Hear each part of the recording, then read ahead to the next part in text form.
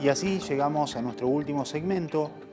Y por más que he discutido con la producción de este seminario, no podíamos dejar fuera el draw y check raise.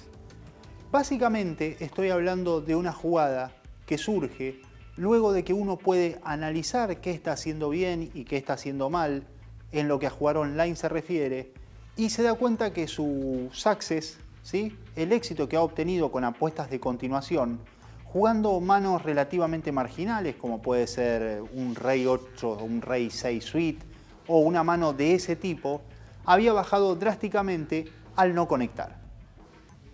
Es por ello que surgió la idea de, en vez de realizar una apuesta de continuación con ese tipo de mano débil, que al recibir un raise a la c-bet nos obligará a foldearla, o que si nos pagan irá creando cada vez un pozo más grande y en caso de darte vuelta un ladrillo no sabremos qué hacer en las próximas calles, se ideó jugar el proyecto con un check raise. Para ello, los invito a compartir una nueva placa que tratará de echar un poco de luz sobre el concepto. La misma no dice otra cosa que las preguntas que deberemos formularnos a la hora de jugar un proyecto con check raise. Para ello, hemos puesto un ejemplo práctico que ustedes observan en pantalla. El botón hace un open raise a 3, yo decido hacer un tribet a 10 con 7-5 suited y me paga. El flop es 10-5-7 con 2 cartas de mi suite. Como ustedes pueden ver, tengo un proyecto a color y he conectado el middle pair, cosa que es anecdótica para el momento. Para ello tenemos dos opciones para jugar esta mano. Nosotros podemos apostar tal cual veníamos haciendo la introducción hace breves instantes y recibir un raise a nuestra apuesta de continuación. Si nosotros sabemos que nos van a pagar, quizás apostar puede ser una buena opción. Pero si no se produce ese call y se produce un raise, nos veremos en problemas cuando la cuarta carta no sea la que estamos esperando. Es decir, si cae un ladrillo, nos encontraremos con un proyecto en la mano que no ha sido concretado, con tan solo una carta por verse, es decir, el river, y jugando un pozo gigantesco, lo cual puede estar totalmente agravado por estar fuera de posición. Hacer check fold en ese tipo de jugadas sería una estupidez. Básicamente estaríamos resignando equidad y estaríamos resignando valor por nuestra mano. Con el check call, una cosa que podríamos hacer, estaríamos perdiendo algo que es básico dentro del póker. No estoy hablando de otra cosa que la iniciativa. Y es por eso que se estilaba, y al día de hoy es una muy buena variante, realizar un check raise. De esta manera, aparentamos fuerza y obtenemos dos resultados. En el primer caso, si nos damos check y nuestro rival hace lo propio, conseguiremos una carta gratis y trataremos de concretar nuestro proyecto. En cambio, como uno nota que cuando se da check el rival lo huele como debilidad y casi automáticamente siempre apostará, le haremos un raise y un raise largo en este caso para obligar al rival a foldear la mayoría de sus manos de bluff. Pasemos entonces a uno de los últimos testimonios de la noche. El señor Dubini tiene para informarnos sobre el tema en cuestión. Al tener par y flash draw, creo que lo estándar es hacer un c-bet. Y seguramente vamos a ir a fondo con esta mano, así que si recibimos un raise seguramente vamos a pagar depende de los stacks también, eso es fundamental. Si bien ha sido escueto el testimonio, creo que ha sido determinante. Pasamos a ver todo lo ejemplificado en la última mano Party Poker de la noche. Y nuevamente estamos en una mesa full ring, aunque con algunos asientos vacíos. Tenemos 6-5 suited. Lo que vemos es un limp en primera posición. Nosotros hacemos lo mismo. Es el turno del botón que foldea. Foldea la silla chica. La grande decide hacer un raise a 7. Y nosotros con una mano conectada y en suite decidimos pagar. Vamos a ver las primeras tres cartas comunitarias o flop. donde nos damos cuenta que tenemos un super proyecto. Tenemos 2 puntas de escalera y tenemos proyecto a color. Nos damos el check, nuestro rival apuesta 11,50, rápidamente le apostamos nuestro all-in y hacemos que nuestro rival foldee. Les pido por favor no critiquen la jugada, ha sido seleccionada a ejemplos prácticos, evidentemente con una mano tan fuerte quizás no querremos echar a nuestro rival del pozo. Así llegamos al último tema de la jornada. Ya no estamos hablando de nuestros rivales, solo estaremos hablando de nuestro propio juego, un software de traqueo que hemos elegido como Hold'em Manager y cómo revisar nuestros datos. Hemos formulado una serie de preguntas a realizarnos a la hora de evaluar nuestro propio juego.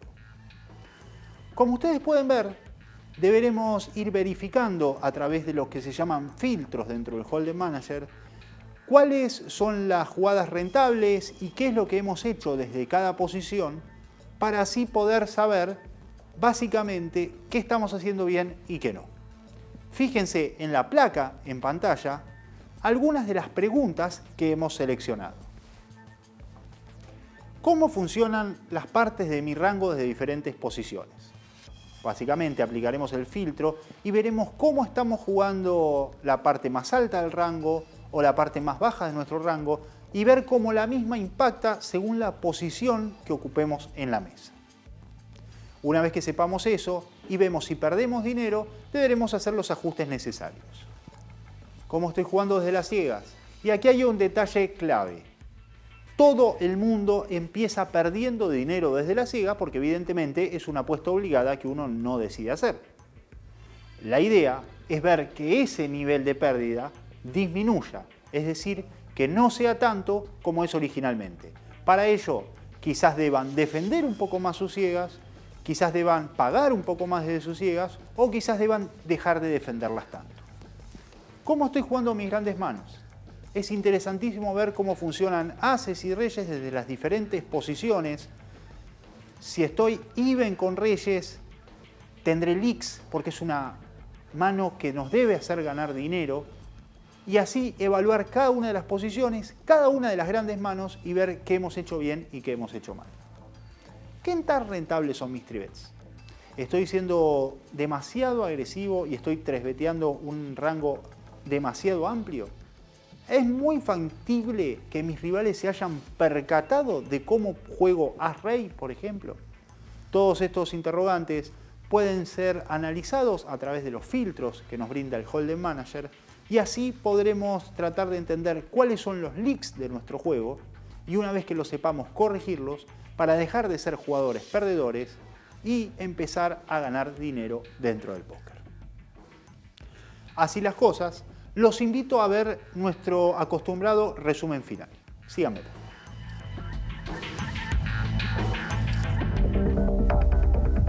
Y así llegamos a un breve repaso de lo que ha sido el seminario del día de la fecha y habíamos comenzado por definir qué eran las líneas creativas, que no eran otra cosa que jugadas que rompen con los esquemas, atacan parámetros especiales y se alejan de las líneas normales para cada situación.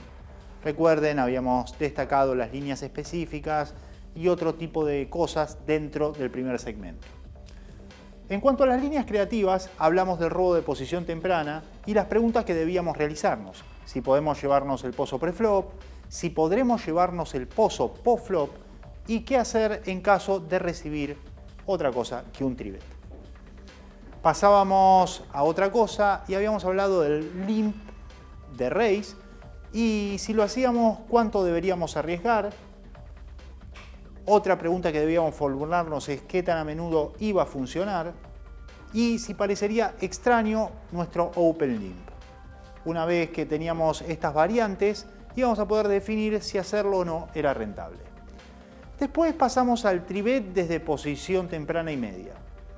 ¿Cuál era el rango lógico con el que los tags hacen open raise? Fue una de las cuestiones que hemos dirimido durante este segmento. ¿Cuál es el rango lógico con el que continuarán ante un tribet? Siempre hablando de jugadores tight desde ya. Si nos iban a hacer un cuatribet o solo iban a pagar, hablando de posición temprana o media para el tribet, obviamente. Y así llegamos al aislamiento masivo. ¿Con qué estaba haciendo nuestro rival el open limp? si iba o no a continuar contra un cierto tamaño de apuesta de continuación. Y por último entrábamos en el back raise. El back raise era simplemente un spot o una situación donde se paga un raise y luego se hace quadribet sobre un tribet. ¿Con qué frecuencia está haciendo el squeeze? Era algo que debíamos preguntarnos, así como también en qué rango percibido me pone el rival, qué es lo que piensa de mí mi rival, con qué estaba haciendo el squeeze. Y por último llegábamos al draw de check raise. Era una forma diferente de jugar nuestros proyectos cuando habíamos descubierto que apostando nos podíamos meter en problemas. Es por eso que habíamos definido que el check raise era una muy buena opción, ya que el call quizás no iba a ser rentable, y habíamos visto un ejemplo. Luego nos preguntamos cómo funciona, cómo estaba jugando desde las ciegas y otro tipo de preguntas que ustedes podrán ir viendo pasar en pantalla a medida que revisábamos nuestra base de datos. Eso es todo. Nos vemos la próxima semana con un nuevo seminario. Buenas noches. Este programa fue auspiciado por partypoker.net.